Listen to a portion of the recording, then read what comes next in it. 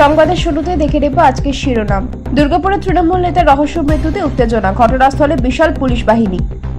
বিজেপির দলীয় কার্যালয়ে সিএএ আন্দোলন শিবির, বিরোধিতায় সরব তৃণমূল।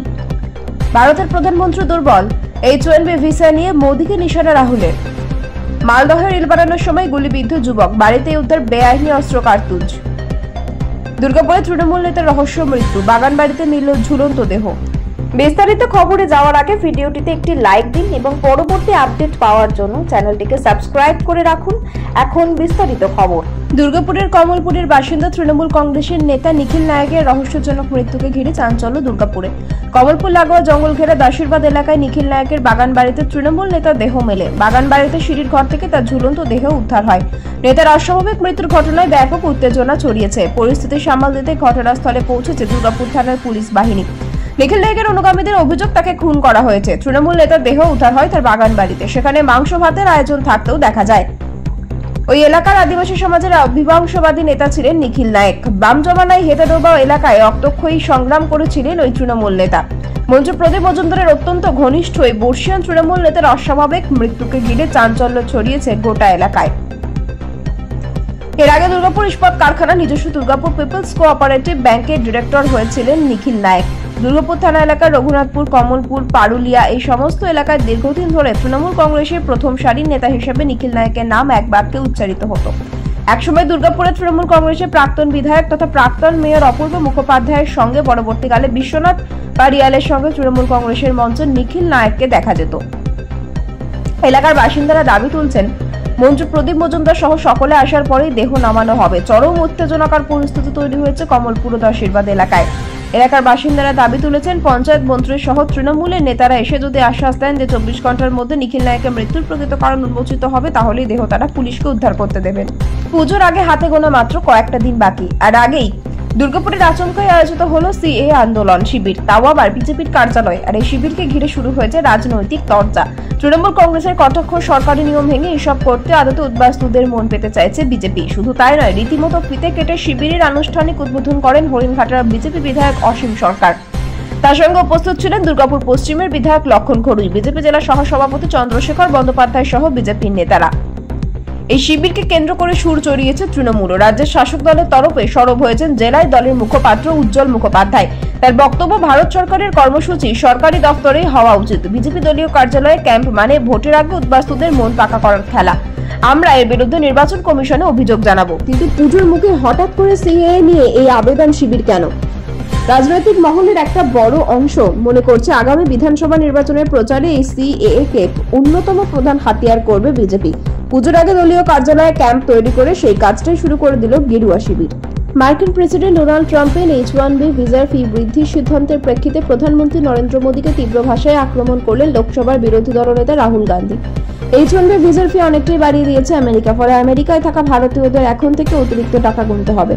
এ নিয়ে শনিবার মোদীকে নিশানা করেছেন রাহুল। এক্স হ্যান্ডেলে ভারতীয় কর্মীর ওপর H1B ভিসার ফি বৃদ্ধির প্রভাব কেমন পড়তে পারে তা বোঝাতে একটি রিপোর্ট শেয়ার করেন রাহুল। প্রধানমন্ত্রী মোদীকে তীব্র ভাষায় আক্রমণ করেন। সেই পোস্টের ক্যাপশনে তিনি লেখেন, আমি আবারও বলছি, ভারতে একজন দুর্বল প্রধানমন্ত্রী আছেন। প্রেসিডেন্ট ডোনাল্ড ট্রাম্প শুক্রবার একটি আদেশে স্বাক্ষর করেছেন। তার ফলে H1B ভিসার জন্য মার্কিন সংস্থাগুলির খরচ এক লাফে অনেকটাই বেড়েছে। আগে খরচ হতো বছরে $4,500 মার্কিন, তার পরিবর্তে এখন $1 লাখ মার্কিন খরচ হবে। এর ফলে ভারতীয় কর্মীদের আরো বিপাকে পড়তে হতে পারে বলে মনে করা হচ্ছে। এই প্রথম নয়, এর আগেও ট্রাম্পের নানা মন্তব্য সিদ্ধান্তকে হাতিয়ার করে মোদী সহ বিজেপিকে লক্ষ্য করে তোপ দিয়ে গেছেন রাহুল। শুরুটা হয়েছিল অপারেশন সিন্দুর পরবর্তী সময়। ট্রাম্প বারবার দাবি করেছেন ভারত ও পাকিস্তানের সংঘাত তিনি থামিয়েছেন। এই প্রসঙ্গে প্রধানমন্ত্রীর অবস্থান কি তা জানতে চেয়েছেন একাধিকবার। এরপর রাশিয়ার থেকে তেল কেনায় ভারতের উপর জরিমানা শুল্কও আরোপ করেছেন আমেরিকার প্রথম নাগরিক। এ নিয়েও তোপ দেখে চলেছেন রাহুল। এবার H1B ভিসার ফি বৃদ্ধিতে হাতিয়ার করে তোপ দাগলেন রাজীব তনয়। রিল বানানো নেশা, বন্দুক নিয়ে সেই রিল বানানোর সময় গুলিবিদ্ধ হলেন যুবক। চাঞ্চল্যকর ঘটনাটি ঘটেছে মালদহের ইংরেজবাজারে। গুলিবিদ্ধ ওই যুবকের নাম বুবাই ঘোষ। পুলিশ ঘটনা তদন্তে নেমে ওই বাড়ি থেকে দুটি বেআইনি আগ্নেয়াস্ত্র, বেশ কিছু কার্তুজ উদ্ধার করেছে। কোথা থেকে এলো এই বন্দুক সেই বিষয়ে তথ্য পাওয়ার চেষ্টা করছেন তদন্তকারীরা। ঘটনাটি শুক্রবার রাতে ইংরেজবাজার থানার মহদীপুরে পঞ্চায়েতের বারোদুয়ারি গ্রামের বাসিন্দা বছর 21 বুবাই ঘোষ। ইংরেজবাজার থানার মহদেবপুর পঞ্চায়েতের বারোদুয়ারি গ্রামের বাসিন্দা বছর 21 বুবাই ঘোষ। দীর্ঘদিন ধরে সোশ্যাল মিডিয়ায় রিল বানানোর নেশা তার। গতকাল রাতে গুলি ভর্তি একটি আগ্নেয়াস্ত্র নিয়ে ওই যুবক রিল বাড়াচ্ছিলেন। আচমকায় বন্দুক থেকে গুলি ছিটকে যায়, তার ডান পায়ে লাগে। রক্তাক্ত অবস্থায় তাকে উদ্ধার করে হাসপাতালে ভর্তি করানো হয়। গুলিবিদ্ধ হওয়ার ঘটনা লুকিয়ে দেওয়ার চেষ্টা করে পরিবারের লোকজন, তবে পুলিশের কাছে ঘটনার কথা পৌঁছে যায়। ইংরেজবাজার থানায় পুলিশ, হাসপাতাল ওই যুবকের বাড়ি পৌঁছয়। বাড়িতে তল্লাশি চালাতে বেরিয়ে পড়ে 2 বেআইনি আগ্নেয়াস্ত্র। উদ্ধার করা হয় বেশ কিছু কার্তুজ। কিভাবে এই বাড়িতে বেআইনি আগ্নেয়াস্ত্র এলো? তাহলে কি এই পরিবার অসামাজিক কাজের সঙ্গে যুক্ত, নাকি অস্ত্রোপচারের সঙ্গে যুক্ত, সেই প্রশ্ন উঠছে।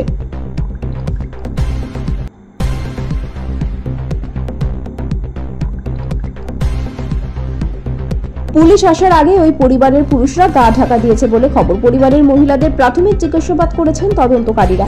হাসপাতালে ভর্তি থাকা ওই যুবককে আটক করেছে পুলিশ। হাসপাতালেই তার উপর নজরদারি চলছে। ঘটনায় শতপ্রণোদিত মামলা রুজু করেছে ইংরেজবাজার থানার পুলিশ। তৃণমূলের জেলা সহসভাপতি ও আইএনটিসিউসির রাজ্য সভাপতি নিখিল নায়কের রহস্য মৃত্যু। নিজের বাগান বাড়ি থেকে গলায় ফাঁস লাগানো মৃতদেহ উদ্ধার হয়েছে। তাকে খুন করা হয়েছে বলে দলের কর্মী সমর্থকদের তরফে অভিযোগ তোলা হয়েছে। পুলিশ তদন্ত শুরু করেছে। ঘটনায় এলাকায় চাঞ্চল্য ছড়িয়েছে। দুর্গাপুরের তৃণমূলের জেলা সহসভাপতি পদে আছেন বছর 58 নিখিল নায়কের। তৃণমূলের জন্য আইএনটিইউসির সহসভাপতির পদেও তিনি বর্তমান। দুর্গাপুর থানার দুর্গাপুর নগর নিগমের 1 নম্বর ওয়ার্ডের কমলপুরের দশেরবাদ এলাকায় তার একটি বাগান বাড়ি আছে। আজ শনিবার বিকেলে সেই বাগান বাড়িতেই উদ্ধার হলো ওই তৃণমূল নেতার গলায় ফাঁস লাগানো ঝুলন্ত মৃতদেহ। আজ শনিবার বিকেলের পর বাগান বাড়ির দোতলা সিঁড়ির রেলিং এর সঙ্গে গলায় দড়ি ফাঁস দেওয়া দেহ ঝুলতে দেখা যায়। ঘটনা জানাজানি হতেই এলাকায় চাঞ্চল্য, উত্তেজনা ছড়ায়। দীর্ঘদিনের নেতা হওয়ার এলাকায় যথেষ্ট প্রভাব ফেলে নিখিল নায়ক। প্রচুর সংখ্যায় অনুগামীও আছে তার। নেতার রহস্য মৃত্যুর খবর শুনেই ওই বাড়ির সামনে ভিড় করেন দলের কর্মী সমর্থক। অনুগামীরা খবর পেয়ে বিশাল পুলিশ বাহিনী ঘটনাস্থলে পৌঁছায়। এটি খুন নাকি আত্মহত্যা, সেই প্রশ্ন উঠছে। অভিযোগ, মৃত তৃণমূল নেতার হাতে খাবার লেগেছিল। শুধু তাই নয়, নেতার পা মাটিতে মরেছিল। এই ঘটনা আত্মহত্যা নয়, এমনই দাবি তৃণমূল কর্মীদের। তাকে খুন করা হয়েছে বলে দাবি তোলা হয়।